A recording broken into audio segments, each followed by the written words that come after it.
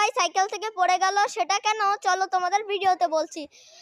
হয় আমি তখন তো তোমাদের ভিডিও আপলোডে বলেই দিলাম যে হচ্ছে আমার মামাতো ভাই হচ্ছে আমি মামাতো ভাই সাইকেল নিয়ে ঘুরে বেড়াচ্ছি, তো ওই কোথায় চলে গিয়েছিল, তারপর থেকেই ও কোথায় যে পড়ে গেল।